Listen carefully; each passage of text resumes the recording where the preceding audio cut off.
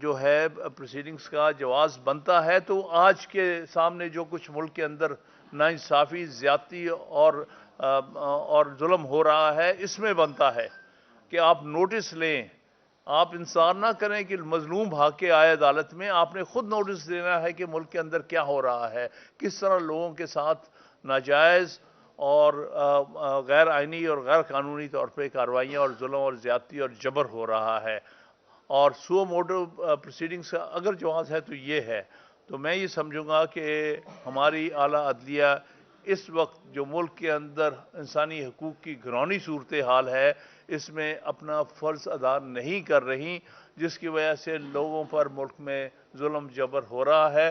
میں اس لیے اشتیاق صاحب کا پھر شکریہ ادا کرتا ہوں کہ ایک بڑا واضح کیس اس ملک میں ظلم ستم کا، ایک خاتون کے ساتھ، ایک ضعیف خاتون کے ساتھ، ایک بیمار خاتون کے ساتھ، جو کہ بڑے حوصلے سے اپنے پولیٹیکل پارٹی کے ساتھ، اپنے اصولوں کے ساتھ، انسانی حقوق کے ساتھ اس وقت کھڑی ہیں، اس کے بارے میں یہاں آپ نے ایک پریس کانفرنس کی ہے، ہم سب کو بلایا ہے، موقع دیا ہے اپنے اپنے ویوز دینے کا. اور آپ سے ہم یہی انشاءاللہ تعالیٰ توقع رکھتے ہیں کہ اور بھی معاملات میں آپ سے پہلے، کیونکہ ظفر صاحب اس کو پہلے ہیڈ کرتے تھے، انہوں نے ہمیشہ ان معاملات کو سیریسلی لیا اور ہمیشہ انہوں نے اس میں اپنا پارٹ پلے کیا. آپ ان کے سکسیسر ہوتے ہوئے ماشاءاللہ بالکل ان کی یہ ایک روایت کو جاری رکھ رہے ہیں. بہت بہت شکریہ. میرا یہ کویشچن ہے، آپ بات کر رہے ہیں ڈاکٹر یاسر راشد کی، وہ بڑی ضعیف کے پریس کانفرنس سے وہ باہر نکل کے بات ہو رہی ہے، لیکن چلیے میں ایکسپلین. انہوں نے تو اپنے آپ کو جا کے اڈیالہ جیل پیش کر دیا تھا.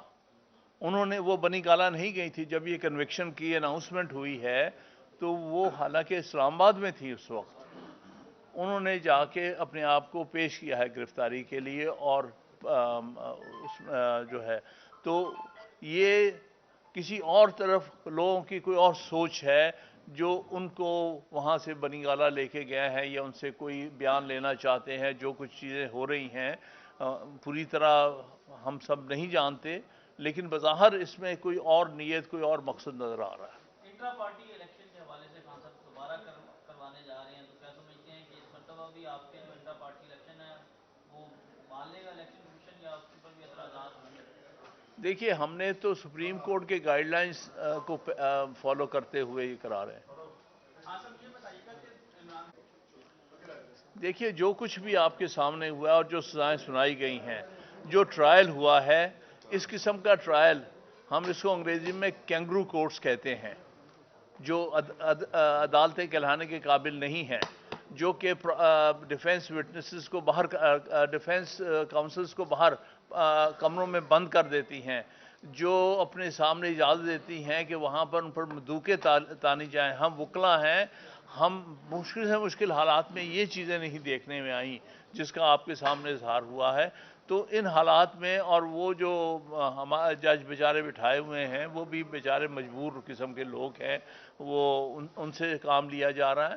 یہ جو کچھ کھلواڑ ہو رہا ہے آئین، قانون اور ہمارے عدالتی نظام کے ساتھ، اس کے اوپر دکھ اسی لیے میں نے بات کی کہ ہماری اعلیٰ عدلیہ پر یہ بہت بڑی ذمہ داری آتی ہے کہ اس قسم کی کارروائیوں کو روکیں اور کوئی مناسب کارروائی کر کے لوگوں کو تحفظ مہیا کریں ان کے بنیادی حقوق کے لیے. قاضی فائز عیسیٰ صاحب جو ہیں یہ انکوائری کر سکتا ہے؟ اور دوسرا، آپ سمجھتے ہیں کہ قاضی صاحب جو آپ بات کر رہے ہیں کہ وہ نوٹس لیں یا وہ آئین اور قانون کے مطابق کام کریں یا احکامات دیں، تو وہ ہو رہی ہیں چیزیں؟ دیکھیے، جہاں تک یہ ہے کہ عدالتوں کے فیصلوں پر تنقید کرنا ہر شخص کا، ہر پاکستانی شہری کا حق حاصل ہے آرٹیکل 19 اور دوسرے ہمارے آرٹیکلز کے تحت، لہٰذا ان کا رائٹ آف سپیچ نہیں لیا جا سکتا. ہاں، البتہ مناسب الفاظ میں یہ تنقید ہونی چاہیے. تنقید کی بنیاد پر کسی کو نہیں بلایا جا سکتا، سمن کیا جا سکتا، یا ان کو عدالتوں کے سامنے گھسیٹا جا سکتا ہے. اور اگر یہ کوشش ہو رہی ہے اور نظر آ رہی کچھ ہوتی تو وہ ایک بڑی افسوسناک بات ہوگی. البتہ جو بات کہی ہے کہ سو موٹو نوٹس لینا چاہیے، یہ میں سمجھتا ہوں کہ تاریخ کے حوالے سے یہ بہت ضروری ہے.